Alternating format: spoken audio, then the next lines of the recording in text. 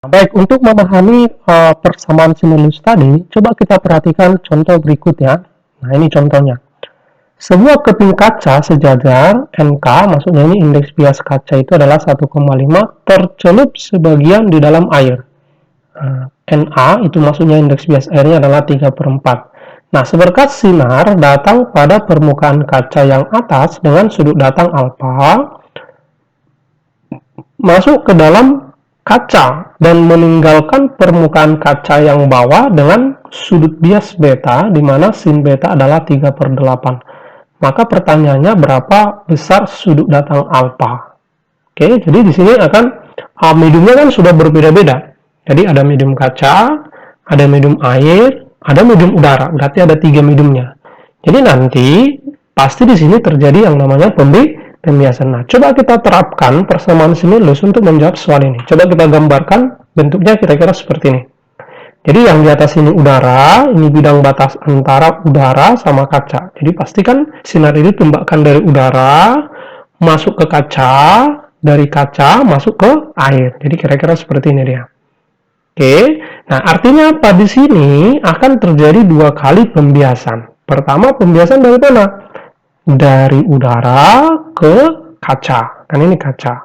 Kemudian dari kaca ke air. Nah, itu dia kira-kira. Oke, kita kerjakan satu-satu. Pembiasan dari udara ke kaca. Jadi, pembiasan dari udara ke kaca berarti sinarnya itu berasal dari udara ke kaca. Maka kalau kita gunakan tadi pembiasan simulus itu berarti N udara ini kan N1 kali sin theta I sama dengan N2 kali sin theta R. N1-nya berarti N udara. Ingat, N1 itu dari mana sinar asal dari sinar itu? Sinar itu kan dari udara. Berarti N udara kali sin theta I sama dengan N kaca dikali sin theta kaca. Theta kaca ini berarti sudut biasnya. N udara itu selalu 1, kita tuliskan seperti ini. N kaca dikasih tahu N kacanya 1,5.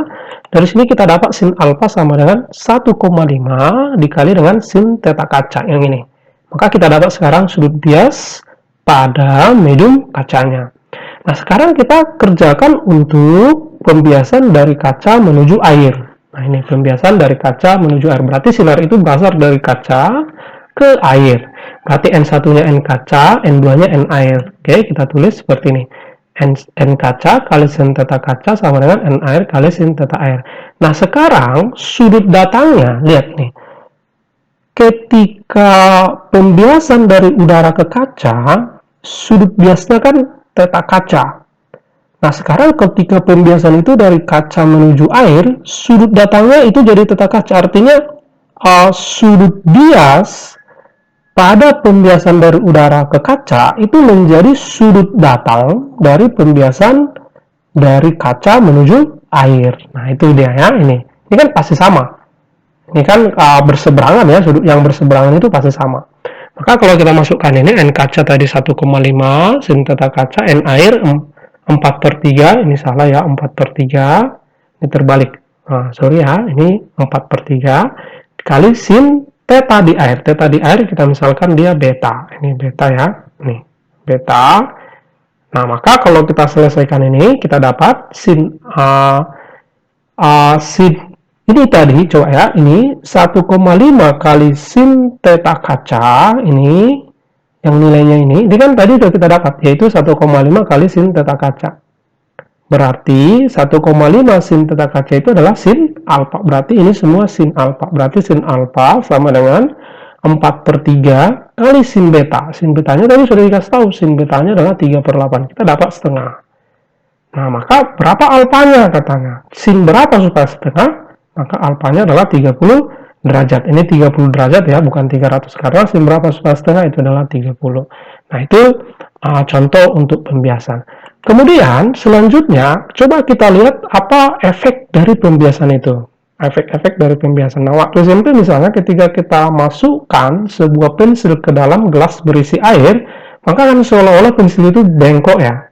Nah, itu kenapa bisa terjadi? Karena ada pembiasan. Bisa juga misalnya kalau kamu pergi ke dalam kolam berenang, maka kedalaman kolam berenang itu seolah-olah dia dangkal, padahal dia dalam. Nah, itu kenapa bisa terjadi? Karena adanya pembiasan. Jadi, bagaimana cara menentukan Misalnya kalau kedalaman kolam itu terlihat dangkal. Kenapa bisa seperti itu? Karena tadi terjadi pembiasan. Nah, kita coba hitung dengan menggunakan konsep pembiasan, bagaimana menghitung kedalaman semu suatu permukaan atau suatu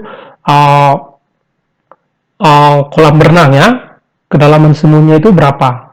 Karena kalau misalnya sebenarnya dia 10 meter, kalau kita amati misalnya, maka nanti seolah-olah dalamnya itu tidak 10 meter yang kita nampak, seolah-olah lebih dangkal ya. Nah, kenapa itu bisa terjadi? Coba kita perhatikan ini.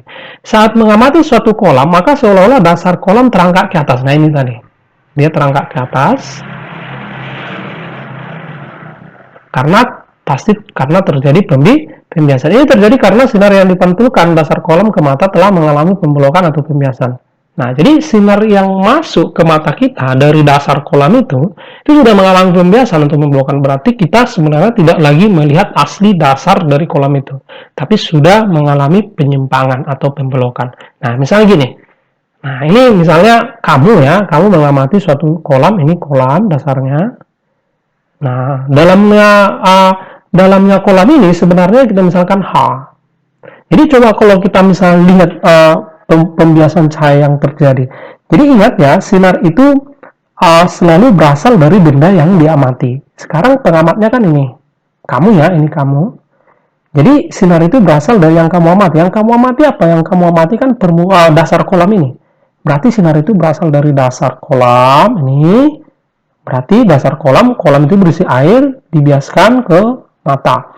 Nah, perhatikan bahwa kolam itu kan berisi air, berarti indeks bias air lebih besar daripada indeks bias udara. Jadi N2 lebih besar daripada N1. Ini N2 ya. Di sini N2, di sini N1. Makanya kalau kita perhatikan pembiasannya, sinar datang akan dibiaskan menjauhi garis normal. Kenapa menjauhi? Karena kan udara lebih renggang daripada air. Jadi sinarnya dari air menuju udara.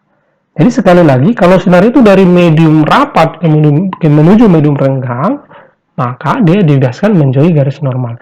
Jadi kalau kita perpanjang sinar yang masuk ke mata, ini kan sinar yang masuk ke mata, sinar biasnya ya, ini kita perpanjang sinar biasnya, ini kita perpanjang. Nah, maka seolah-olah dasar kolam itu kan terangkat dia ini. Jadi ini yang sebenarnya kita amati, bukan lagi ini.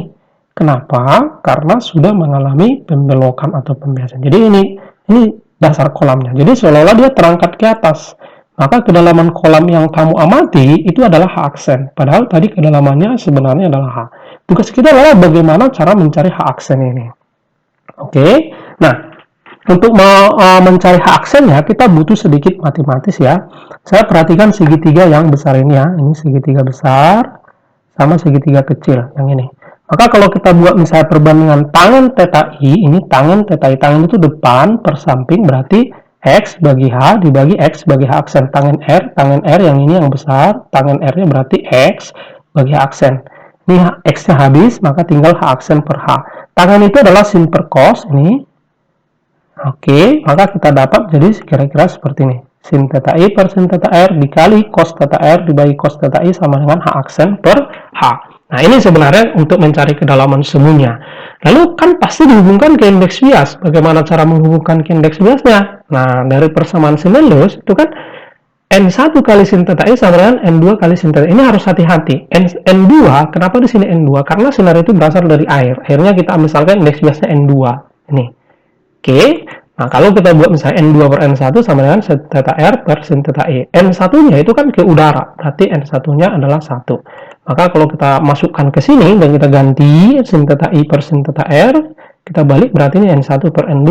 Maka kita dapat H aksennya, maka H aksennya menjadi N1 per N2 dikali cos theta R dibagi cos theta I kali H.